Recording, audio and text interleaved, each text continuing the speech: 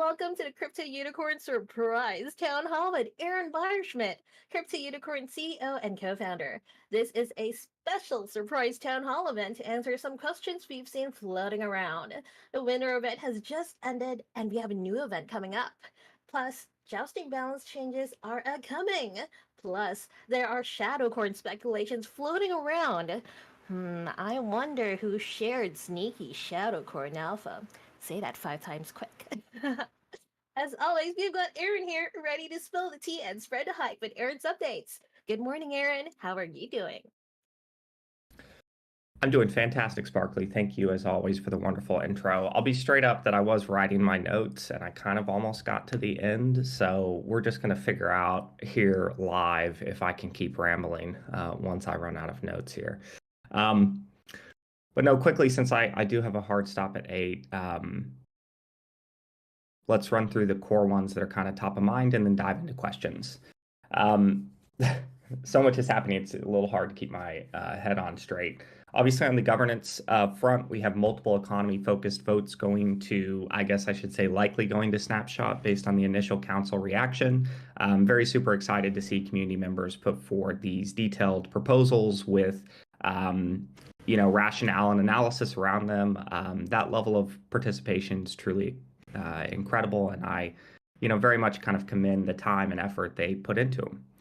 On the core roadmap, obviously we have a jousting point release today, which will be a few minor features and updates, as well as the new brackets. The next release, which we're already working on, is focused on the blockchain user experience or player experience improvements, including non-blocking nursery transactions, multi-loot box stash, multi-keystone stash, and non-blocking lock and unlock transactions. So you can just queue them all up, move on with your day, and not get blocked anymore.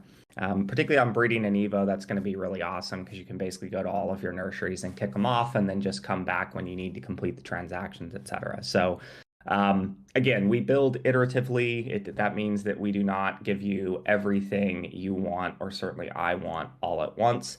But we look to actively take steps in that direction. So obviously the reduction of confirmation wait time from 60 to 30 was a huge improvement. We're going to follow that up with these additional improvements in the next release. It will also include Quest V2, which will give us a lot of fun features to the Quest system to give us more flexibility on the design front and kind of the type of quest that we can bring to the community, the level of depth that those quests have, etc. We're also kind of working on a major website upgrade. It's very clear that, since we launched CryptoUnicorns.fun, a ton has happened in our community. We're in the middle of a bunch of major releases and really going from like one game to a whole ecosystem of titles. And we need the website to both kind of be updated to reflect that, as well as be a kind of friendlier website from the perspective of new people coming in and joining. And so we'll be excited to kind of preview some of that with the community, and as always, work in a very iterative process to improve it once the first release is there. But the idea is to kind of combine app.cryptounicorns.fun into the main site so that you're kind of one click from anything that you might need, regardless of where you're at in your journey as a member of our community. The release after that will likely be in the May timeframe. That will be a nursery user experience, player experience update, as well as delegation. The nursery player experience update will be very focused on surfacing the nitty-gritty of breeding and Evo, specifically around genes and things of that nature, to kind of give you that fully featured experience to take your breeding game to the next level. For those looking to do that in the short term, we have an announcement right around the corner, a partnership with BreederDAO, where they have built a dashboard that allows you to take the 2 unicorns you're looking to breed and gives you kind of the nitty-gritty on the chances, where the stats likely land, gene upgrades, things of that nature, that I think will be pretty exciting and will be made available to our community here in the near future. So be on the lookout for that announcement. I think nothing against the Telegram bots, they've been super helpful to date, but the BreederDAO UI, I think, is a lot friendlier. And again, is kind of this nice little step until we get it in the main game. The third release kind of in the queue is obviously going to be Tribes, right? So Tribes is kind of the big Q2 feature. That'll be at the end of the quarter, and something that obviously we're going to need kind of multiple months to put forward. So there's going to be a lot of parallel track working on Tribes as the other members of the team obviously focus on these smaller point releases. On the Shadowcorn side of things, in the middle of everything that I just mentioned, right, the next couple of releases, we'll also be parallel tracking the release of Minion Forge, followed by Act 2. There will be more details to follow shortly on official kind of Shadowcorn documentation that we're putting out. I'm very excited. Yeah, I don't know who did all those leaks, but part of that was just excitement around the feature, excitement around finally, I think, landing in a place where we've created the mid to elder game that gives us kind of this economically sustainable vision, I think, for the farm sim in a way that's not possible in an infinite progression kind of single player farm sim that we have today.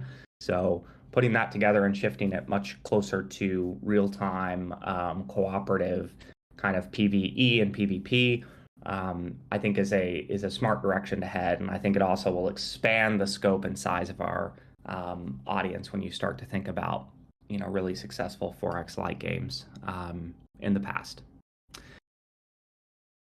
As if that isn't enough, we obviously have several second-party games in the pipe. So the Team RPG playtest, of course, will run this April. I really can't wait for the community to get their hands on both of those builds. A lot of developers in the space play lip service to building with their community. For better or for worse, we've embraced it pretty hardcore, and this is a perfect example of it, where we'll be putting 2 separate game loops in front of the community. We'll playtest them over a number of weeks, run a big kind of playtest survey, and then ultimately go to Snapshot for vote. Whatever chosen battle loop the community picks will ultimately be on the core game team's roadmap to complete and deliver. So anyway, I'm very excited on that one. The one and only Zori and myself will be going head-to-head in a live stream to kind of kick off the initial event and leaderboard. I'm likely going to get my ass kicked, but it should be a lot of fun. So excited to do that in April. We're also in the process of finalizing the launch plan for Unicorn Party. This is going to be a really huge achievement. Not only is it a cross-platform game in that it's WebGL and Android, but it is real-time and it is skill-based PvP. So we've been having a lot of fun in the office playing this game to date.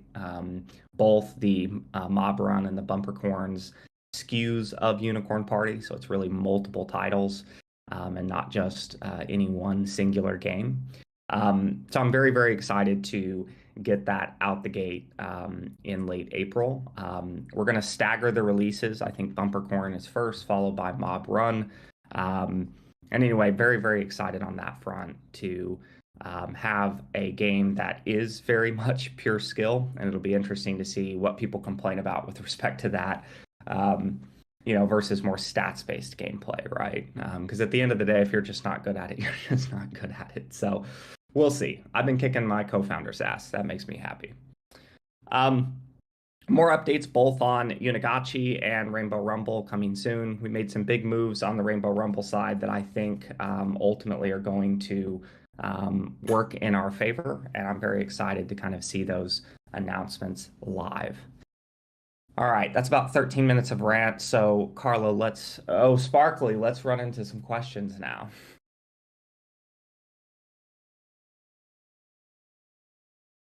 Let's Okay, thank you so much, Aaron. Let's get this town hall started. We have a hard stop for today at the end of the hour, so if you have a question, hop in right away. We have a 3 questions per person rule. If a question has been answered previously, you'll have to ask something else.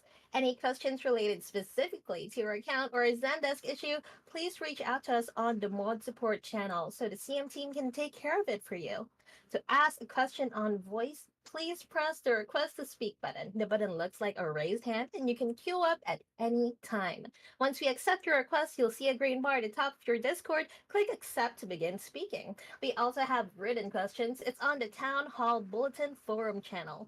Take note that we prioritize spoken questions over written ones. You can also head on stage and ask any question that you may find there. First up, though, are the anonymous questions, and boy, do we have a handful today. We have our 5 entries right here. Let's begin. Okay, so the very first one is, what is the next leaderboard after the winter event? Will it involve anything about jousting?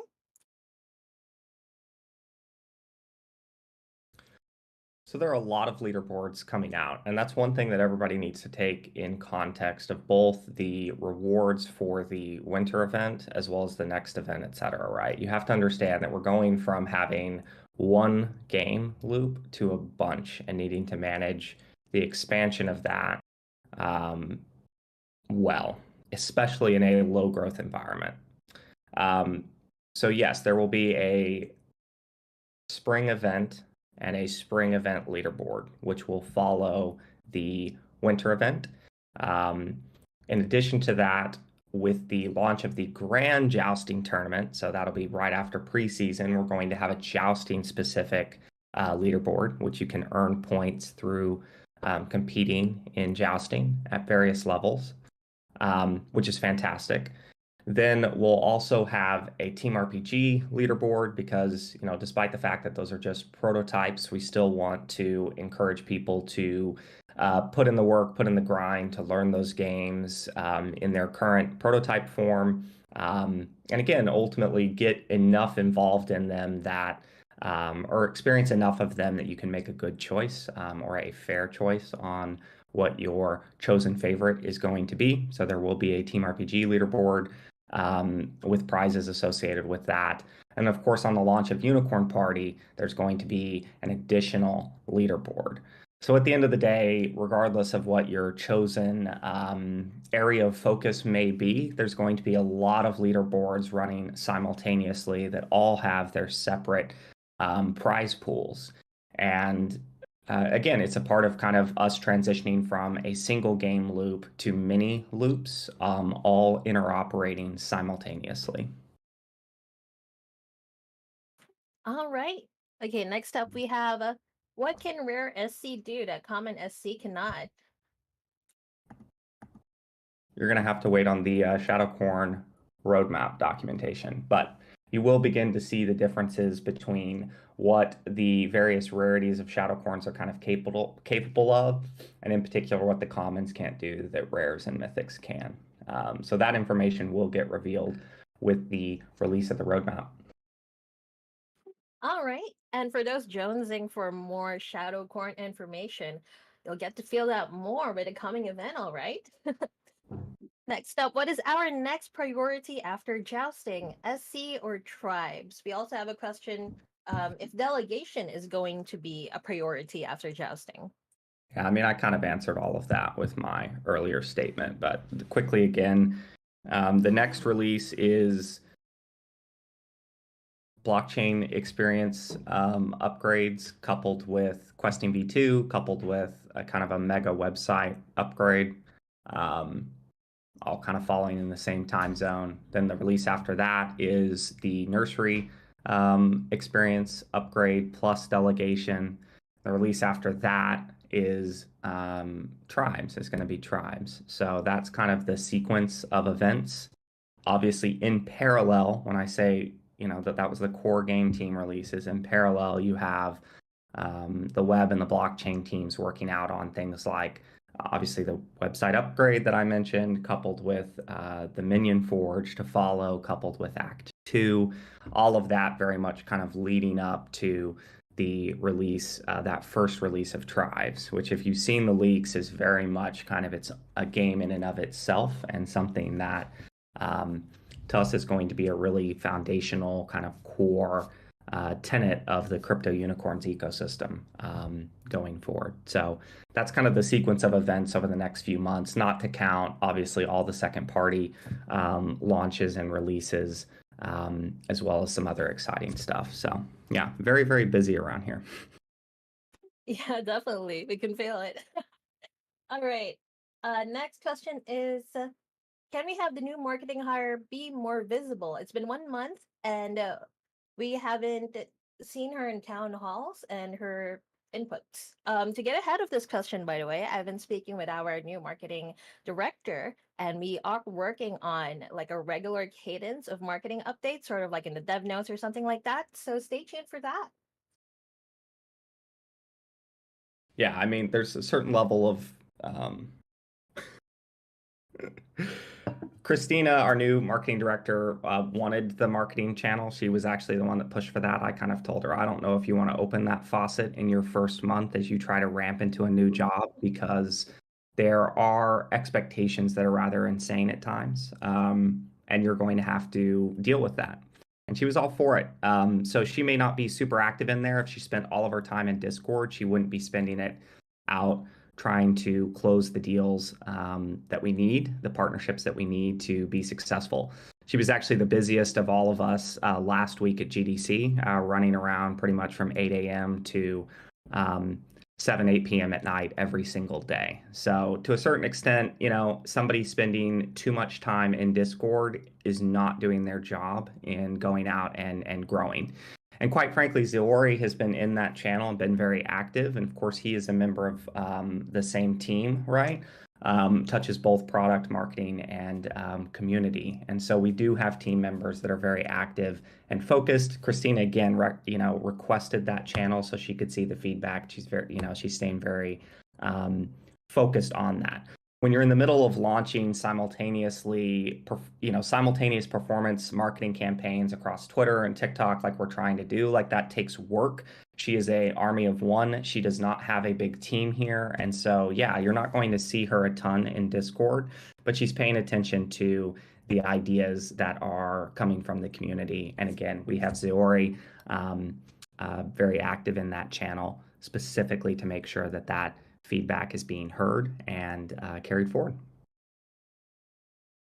All right, you heard that, community. So while she's not actively on Discord all the time, she has been super busy and all the campaigns have been amazing. We've seen great numbers. So I hope that makes you feel better. Next up, we have I'm just wondering about SC loot boxes. Is it possible to let us open them in game so it'd be possible to use some part of its reward? Actually, most of these are SC questions. Would you like to answer them here, or do we want to wait Nope, until the we're going to meeting wait room? on that. Yeah, I'm going to wait on that. All right. Okay, we're giving that to the design team. Next Yeah, and up. a general, statement on the Shadowcorn stuff is like, at the end of the day, I talk a lot about this being a multi-year gig and a multi-year thing, and there is this kind of crazy level of, when we started out and I wrote the white paper, I was very transparent that we'd like just pivoted, right? We pivoted in August, did the egg sell in October, the first land sell in November. Obviously the LBP and, the Dark Forest and all of that stuff before we launched in May. Had a rough couple of months, dug out of that, got to the, obviously multiple releases out in the lead up to the winter release at the end of the year. A few weeks back, we just shipped Jousting in a way that was like incredibly bug free and looks incredible, right? And there's a little bit of this like insane mismatch in expectations that I see just across communities generally, where it's like, now wait a second. We've been very transparent about the fact that we're a startup. We've had to scale the team nearly 3 times since we started, right? Like you are in the middle of watching the startup journey, which is always a plane being built. Well, the best metaphor I love is you jump off a cliff, right? And you got to build the plane before you hit the ground, right? And you're all here and kind of experiencing that. Simultaneous with the idea of like the best games in the world typically are not built in months, they're built over the course of years. And if you do not have the patience to sit it out, or don't want to deal with game dev, you really shouldn't be involved this early in a project, right? And so I see a lot of the frustration. I understand it. Shadowcorns is the limited, high rarity feature within our overall ecosystem, and people are terrified that ultimately there won't be a delivery there. And the scary thing is, people are basically making bets on whether or not they think we're going to succeed. Because if we succeed, it's pretty easy, I think, for most people to understand that with only 3,000 of a thing, the value of that thing should sustain if we are successful as an overall ecosystem, right? But that is the bet that you're taking, you know? If you don't have the patience for it, I wouldn't deal with it, right? Focus on the features that exist and that are here. If you guys take a look at the roadmap and you're basically like, oh, that doesn't look like fun, then you definitely need to be thinking about different games, because clearly we're not building the game that matches y'all's expectations, right? It's something I've been thinking about a lot. We're very, very transparent in a way that opens us up to even more scrutiny than a lot of projects that just aren't as transparent, haven't shipped as much, aren't live operating at this point multiple game loops simultaneously and working on multiple games simultaneously within our overall ecosystem. So there's kind of this like, I would hope everybody takes a step back, takes things with a little bit of like, wow, look at how much is happening. Look at everything that's occurring kind of simultaneously. Look at how much things have improved even over the last 6 months, whether it's customer support or community management, how we're doing updates in Discord, how quickly and far we're getting out ahead. Oftentimes I see people really getting in the weeds on one specific little thing, and not seeing that the ecosystem that we've built, the platform that's kind of coming forward. And again, I'm excited to take the next few steps, but we do seem to be right at that point where a lot of people are hitting capitulation right before the real thesis begins, which is multiple interoperable battle loops across various game types that all make use of the same shared IP and asset base. And we've really not seen another company pull this off in the space yet. And so I would hope that there's just a little bit more excitement and optimism around this. But I get it is difficult, just setting aside everything within our community, the macro environment. You have other projects in the space shitting the bed or failing to deliver on expectations. And so I get it. I get it. But the Shadowcorn stuff is always a little bit of like, there is this insanely high expectation that we're trying to make, meet or exceed. And great games are not just built instantaneously, right? So we've really, in this case, tried to listen to previous feedback of really deeply thinking about the long-term systems design and how we plan to manage and scale this economy in a sustainable way, and making Shadowcorn versus Unicorns and kind of the whole tribes feature as the forcing function that spins that wheel long term for us as an economy and as an economic network, right? Which is truly what we are, this peer-to-peer economic network. And so again, if you're not willing to wait, please don't, right? That there's no reason to put yourself through the stress and the worry of that. But I would hope this statement, like, we recognize what the value of that system is and what it should be long term, and we're really trying to take the time to do it right. So that's my little Shadowcorns rant for everyone this morning. Love it. Yeah, well said. Okay, so I know we said no Shadowcorn talks, wait for the Medium article, but is there like any high level overview that we can share?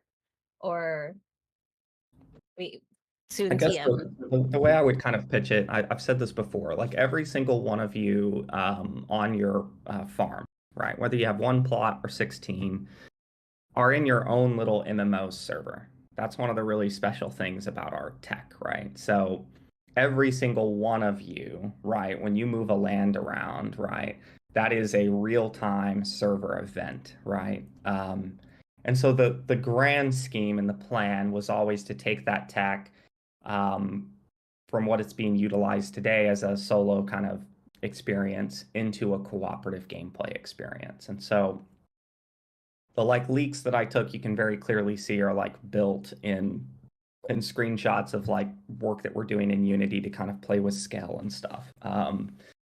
And so if you can imagine taking all of these disparate maps and merging them into one, and then thinking about how we build cooperative PvP and PvE gameplay that makes it about, us versus them and not me versus some other individual necessarily on some leaderboard, right? It's going to give us the kind of social tissue inside of the game in a way that we kind of only get from Discord today. And so I'm very excited to see that system get put forward. And again, it's very much trying to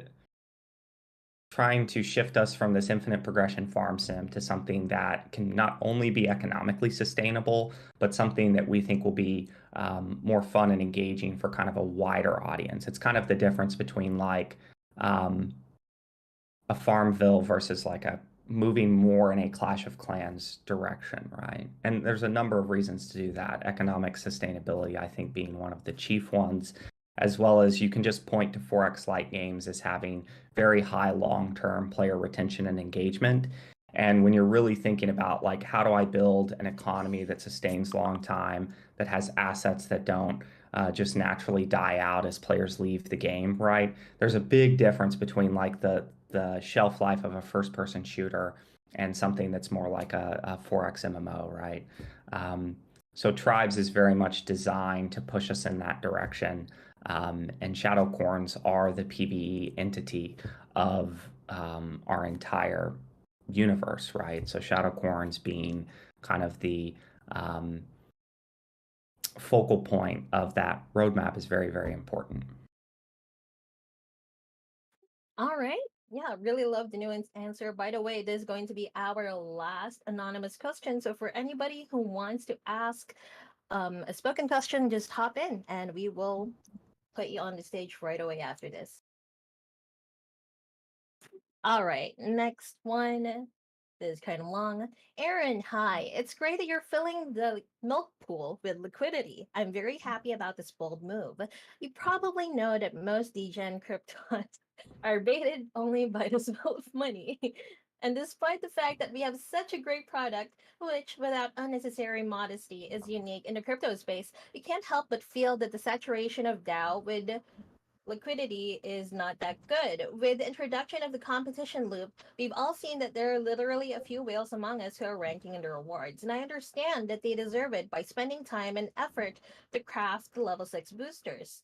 At the same time, everyone else who would like to participate in them loses hope.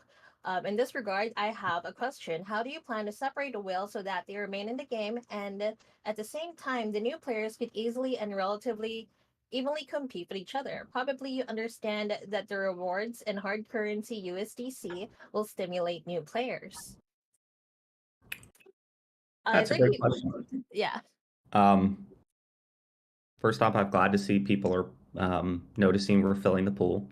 We've only just begun on that front. I've long said that the price of Unim is a meme because the liquidity has always been low hundreds of thousands to sub 50K at points, right? And so that makes for a highly volatile asset where even if there's barely any sell pressure, you're going to just naturally see it cascade down. So people don't really understand how little Unim exists.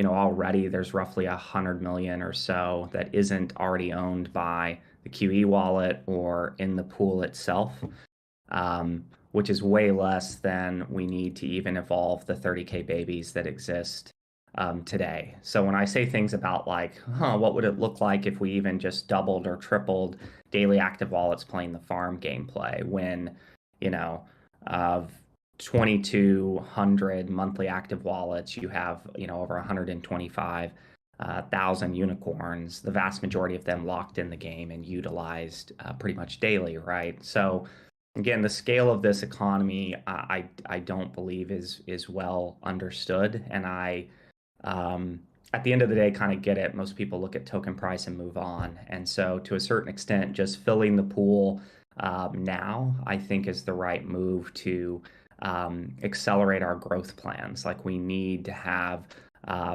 enough of a channel there that people can both enter and exit the economy. And so the point that I would reinforce is I've only just begun to fill the pool, and you will see more and more on that front in the near future.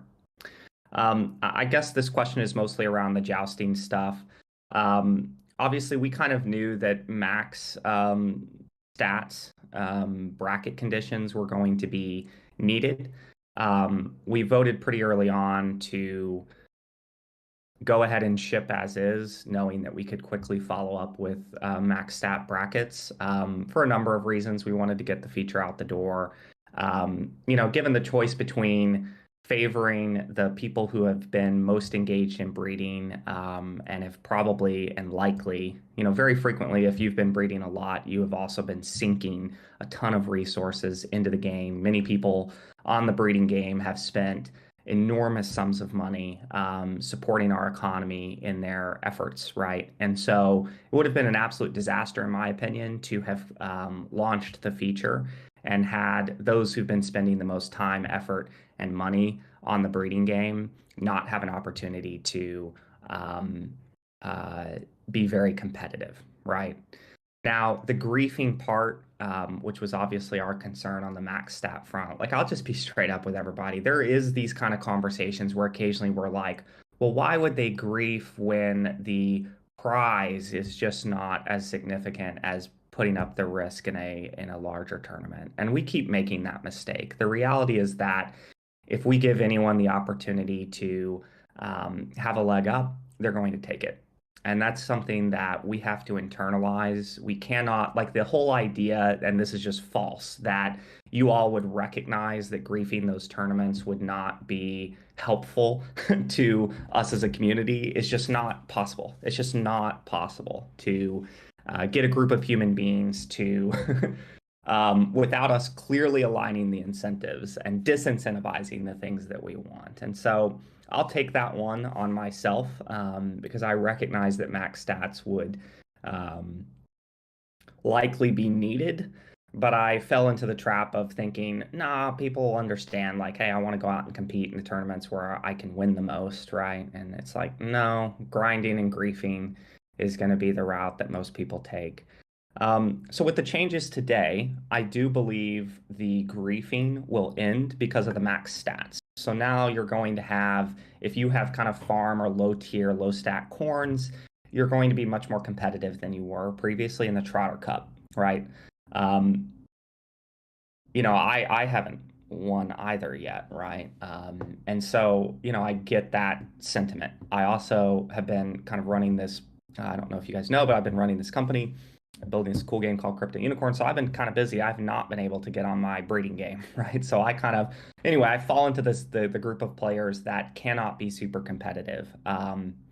On the upper end, we've put $50,000 in prize money during just a preseason, right? Which will predominantly go to the people who have been playing and maximizing the breeding game. So I believe that incentive exists for those players. Forcing them to take on more risk is a part of the game, right? If you have the higher stat unicorns, you really should be willing to kind of take that risk, and getting them out of the lower tier events, I think, is important. So the ultimate goal with the tuning pushes, which again occur every 2 weeks, right? A lot of times people think, we ship jousting and that's, everything behind jousting is very tunable, is very adjustable, right? And so it's an iterative process to continue to refine it, right? And this first push, I think, will take a really big step towards allowing the lower stat, lower tier farm corns to have their competitive space while pushing the corns that shouldn't have been there into the tournaments that make the most sense for their stat bands. And over the course of preseason, we're going to continue to tweak and tune with the ultimate goal of everybody every day going, you know what, I really should put forward at least a jousting corn into a couple of jousts every single day because I've got this opportunity to compete in whatever competitive band that might be, right? That is the ultimate goal of the feature, is to try to drive as many players as possible to at least enter a few tournaments every day. I think that is how I will look at that feature and go, okay, that's been a real success. but it's a balancing act. We can't create a situation where like every single person has an absolute 100% chance to win. How do you balance something like that, right? Um, and we also don't want to create a disincentive for the people who have been really putting the time and the work into the breeding game. I think it took our player base a long time to understand it because it was incredibly complex. We didn't do a super good job of pitching it at the beginning. Now we're at this point where I think the community at large does understand how to optimize it. We've had all these wonderful guides come out on that front. We've got more coming on our side. We have like the Breeder DAO dashboard about to launch. We'll have the improved nursery experience release after next. So there's a lot happening that will let the average player begin to make better decisions and better choices. And the players that really got in the weeds and understand that are out ahead. And I view that as a benefit, right? People have asked time and time again, like, when are stats going to matter? When is this? When is that? So again, we're in the process of reshifting the balance from a single game to multiple. It was never something that I thought we could nail immediately, but every 2 weeks, iterating through preseason so that things are really well lined up for the grand jousting tournament and kind of like a mega prize pool on that front and everything is really where we're headed long term with that feature.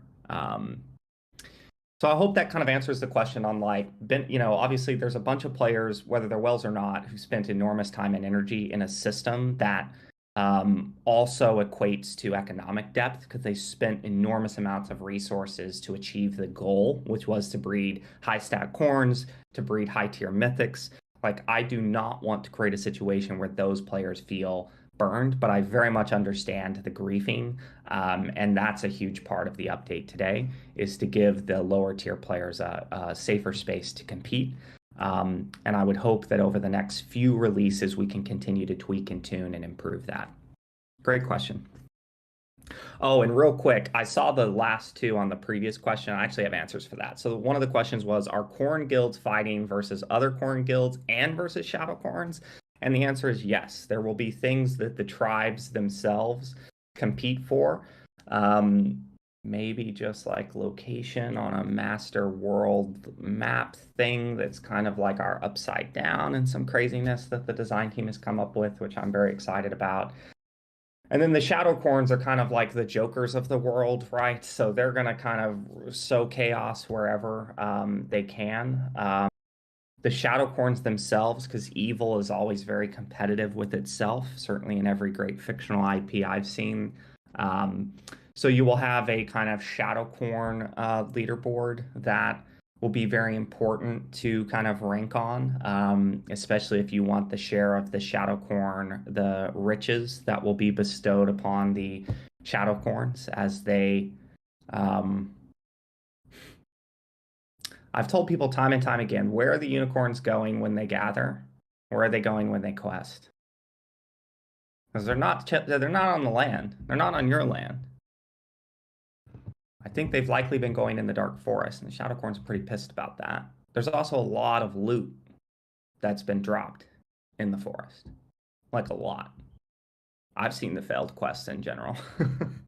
All the hug emojis, right? So again, I recognize that it has been taken us a while to get there.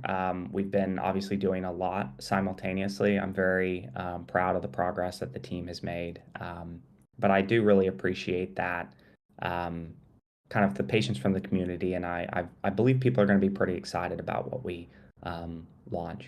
And the final quick question is the League game with Shadow Corns and Tribes going to replace the farm sim? This is a great question. Or is it going to be additional to the game? It's going to be additive. We don't plan to wholesale remove the farm sim. Guilds will have their own economy, will have their own marketplace, will have their own set of systems. Those systems do get fed by inputs from the farm sim itself. So that's how we will kind of connect the tribe system with the individual kind of farming gameplay. And if you're familiar at all with kind of guilds in 4X strategy games, particularly on mobile, you can kind of see a little bit of the direction that we're headed, where risk is kind of shared at the guild level versus at the individual player level.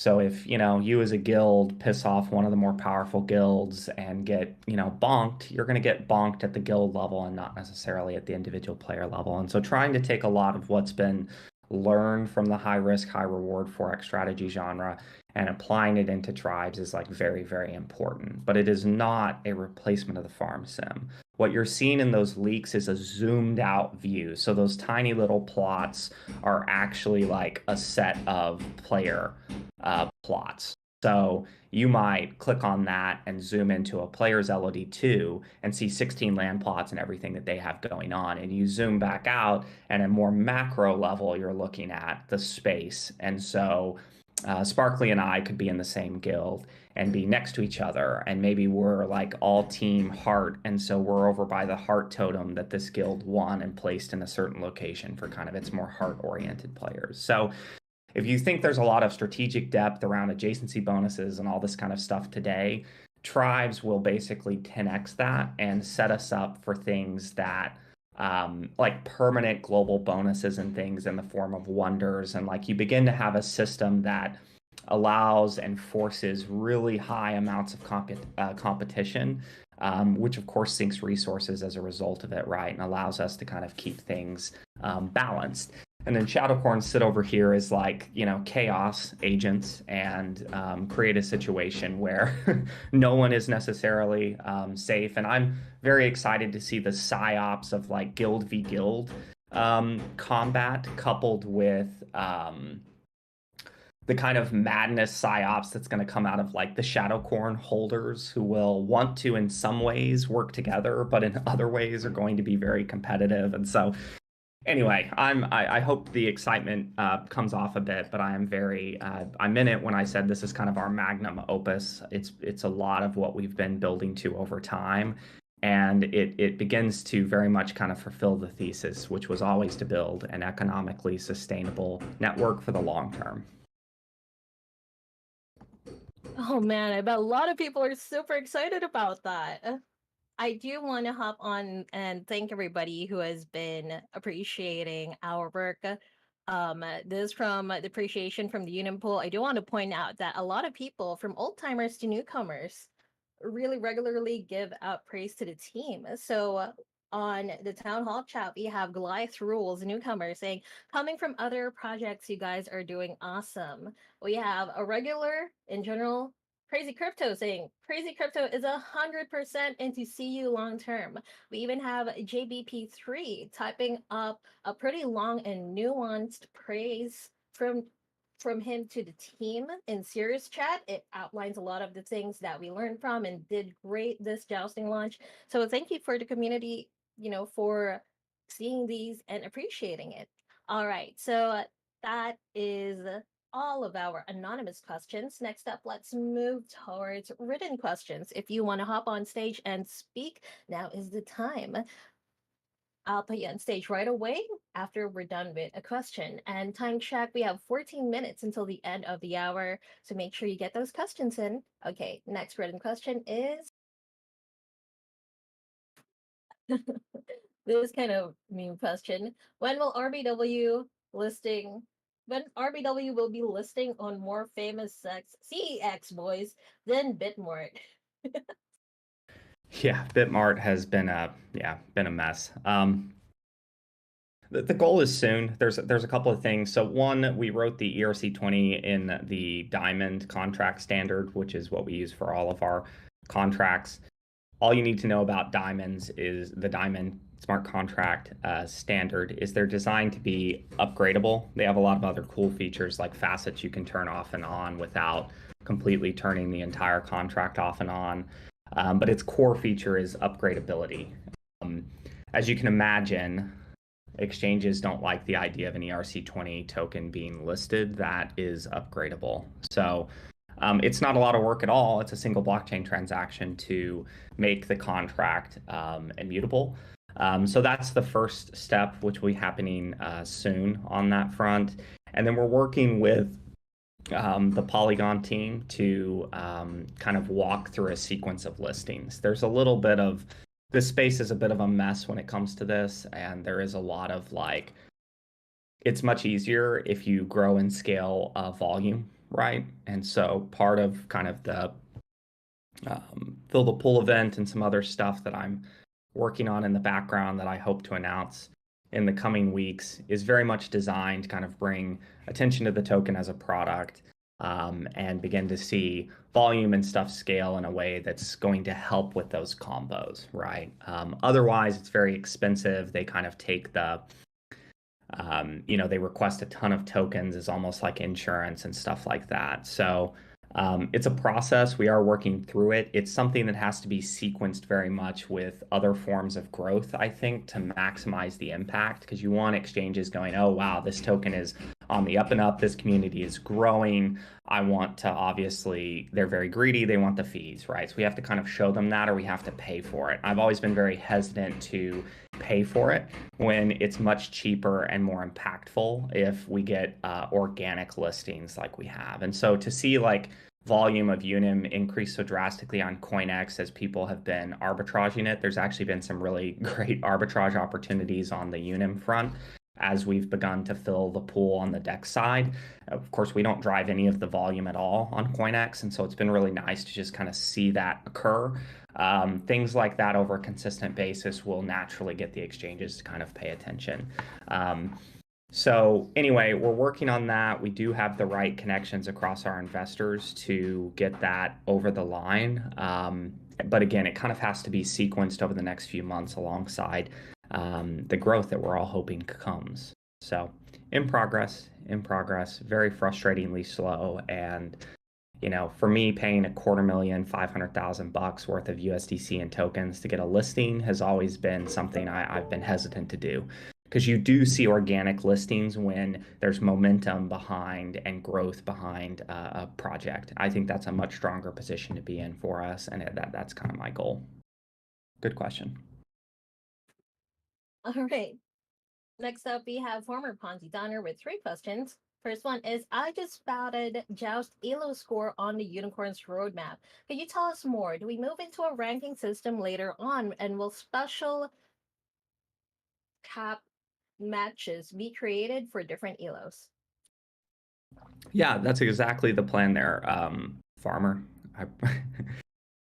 Sorry, I'm laughing because I've always liked Farmer Ponce Donner's name. So yeah, that's pretty much the plan for ELO, right? Is now you'll be able to and we'll be able to pipe this data to like partners like Haku and stuff, so you can search, unicorns by ELO. Like that's one of the really special things about blockchain-based provenance, and like having this ELO oracle will allow us as well as third parties consume that data to understand like. Now you've got like the family tree of a unicorn, and then you can have like the ELO ratings inside of that family tree. And I think even for those that aren't going to get in the weeds and spend the time to like learn the gene side of breeding and things of that nature, it will be easier to kind of find corns that might be optimal for your strategy. So Farmer, exactly kind of what you're saying, where there are tournaments that are kind of custom based on or have certain requirements, ELO requirements and things to enter both kind of min and max, is the plan with that feature. And we still have this dream of finding a path to allowing the opportunity for players to wager on outcomes. It's been difficult talking to a number of partners to figure out who's going to be the right one, but that kind of oracle system will be very necessary for us moving in that direction, and being able to kind of bring on a partner that would allow players in certain tournaments, right? Because obviously the queuing system would have to be adjusted a bit to give people the opportunity to look at the field and make a selection. So in our mind, it would be kind of certain tournaments. I mean, eventually we want things like our version of the Triple Crown, right? Anyone kind of familiar with horse racing events should know the Triple Crown set of tournaments, right? That lead up to the Kentucky Derby. And so anyway, all of that planned. I'm glad to see. Kudos to Farmer for looking out at the updated roadmap and bringing a good question. I'm very excited to see that kind of come forward. And the one and only LG Rob was behind that feature. And it's always great to see engineers proposing features because they're excited about what they're building, right? That's awesome. LG Rob appreciation shout out. By the way, a question for that Joust Elo score. I saw people wondering, would that Elo be tied to a player's account or would it be tied to a specific unicorn? Specific unicorn. Ooh, love it. Okay. All right, and then we have a question number 2. Okay, this has already been answered in the game updates. You can just check that out there. Okay, we have a question from Jackie Ace. Hopefully, you can answer this, Aaron. Hmm, this has kind of already been answered, but let me know if you want to add something. How do tribes compare to the browser game Tribal Wars? If you don't know Tribal Wars, maybe you could compare tribes to Clash of Clans. So I don't know Tribal Wars. I'll put it on my list to check out. All right. I'm Next up, just we trying to think about how to describe it in the context of Clash because it's different. It's different in a number of ways. Like in Clash of Clans, you kind of have your everybody's base in Clash of Clans is instanced, right? And you're kind of match made when you go out to attack someone, unless it's like we're talking like Guild Wars and all that kind of stuff that occurred after I quit playing. That game has been around forever, so I'm kind of talking about what it used to be before years of Supercell content updates. So in our world, right, and those leaks that I shared, you're looking at LOD3, which is the next zoom out from your individual LOD2, where you can move around your farm or your land plots, right, and get your adjacency bonuses, right. Then there is a thing that will exist above that that's like LOD4, which is more of like, what would a master map of the overall kind of realm look like? Where is this dark forest in relation to that? Where are the shadow corns going to be? And you can start to think about these like macro territories as having certain buffs and debuffs depending on the strategy, and they likely will have some class basis to them. And so there's going to be some really interesting layers on top of that, right? So Clash of Clans, I'm thinking more from the perspective of the meta and the systems design behind that game, less so what you can see and feel. Like, you don't expect battle loops that are similar to Clash of Clans.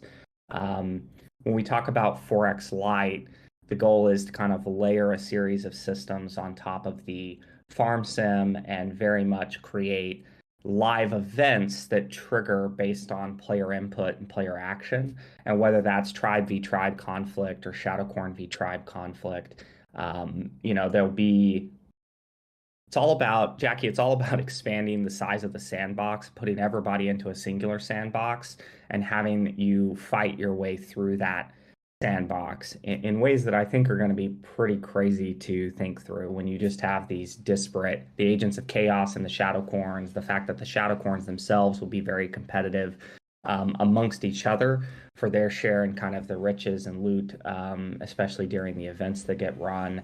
And then you have like the tribe v tribe conflict and like where your tribe wants to be located based on your tribe's strategy versus others and things of that nature. So very much trying to build systems that give people, again, a reason to come together and cooperate towards shared goals, while taking on, the level of risk that they feel comfortable with. All right. Thank you so much, Aaron. Okay, we have a question from Goliath Rolls. Would it be possible to have visuals on our unicorns if they win tournaments? Visuals that stick, like trophy icons would count or anything like that? That's definitely something that we are thinking about, right? Especially once kind of ELO comes out too. I think there'll be a fun opportunity to do that. But yeah, we're thinking, particularly like I mentioned the Triple Crown, we're trying to think of like a series of tournaments that, lead up to a kind of final massive tournament battle. And like the winner to come out of that likely should get a badge, right? Like a true staking badge as a reward, and then being able to read that badge associated with that unicorn that won, right, would be a really cool thing. So in the UI and stuff, it's kind of got like its little toasts and things. So definitely in consideration. I don't think it's on the roadmap yet as a full feature, but I really like that idea. The more we can kind of call out the unique and special corns based on their achievements, the better. So that's certainly something that I'm aligned with, and um, I think is a really good idea. All right. Okay, so we have 2 minutes until the end of the hour. We have a couple of questions from one and only Sparkly Unicorn. So, Aaron, we have a very fun theme for the Zuri versus Aaron show match. Have you already thought of a post for the promotional materials? Just a yes or no. Anything you want. Oh, oh, you heard it, chat. Oh, we making him do things. Just kidding. Anything you want. I'm very excited about that one. I'm gonna have to really brush up on the match 3 side because I can't lose on the game loop that I prefer. So we'll see. We'll see. But now Nice. I'm stressing it. I've really got to practice the next couple of weeks and lead up to that. But it should be a lot of fun. I'm excited to kind of live stream that. And like I said, likely I'm going to get shit on. Yeah, we have Team Aaron, Team Zuri. We see 50-50 odds here. All right. And then very last question. Is there something spicy coming from marketing next Monday, mayhaps as a tentative date? Just a yes or no? For sure. Monday is going to be fun. I'm very excited by the partnership collab and just the fact that our community is going to get something out of this next collab. Should be fun. Should be a fun day. And I want to hopefully see everybody take the asset that they're given, show up in this other location, and advertise the shit out of unicorns for us for a little bit. So mobilizing the community next week off the back of that announcement, I think would be very very helpful. And yeah, we're kind of finding partners that are also going to kind of do something for us as we're dropping corns to their communities. And so this, I hope, is kind of a signal to other really high value potential partners and like, hey, we're open for collaboration and doing kind of fun things together. So yeah, I'm excited for that one for sure as a player myself and a holder of some of their assets. So yeah, it'll be fun. All right, love it. Okay, so we have hit the time and Aaron has a hard cap, so we're going to be closing it for today. So thank you everybody for coming to this town hall. Hold on. Okay, that concludes our our surprise town hall. Any questions that you have, you can put in the thread and I'll answer it later. We'll see you next week for another town hall. And we'll post a recording of this town hall on our socials if you would like to give it a real listen. Don't forget to share this with your friends and fellow Unicorn fam who couldn't make it. And if you have more burning questions, feel free to reach out on our support channels, the Mod Support channel and the Ask the Devs channel. This has been Sparkly Unicorn, Witty Unicorn, and Gorge Unicorn, hosting Crypto Unicorn's co-founder and CEO Aaron Beyerschmidt. Good morning, good night, and see you in game, Unicorn fam. Ooh. Okay, can I get you guys to say an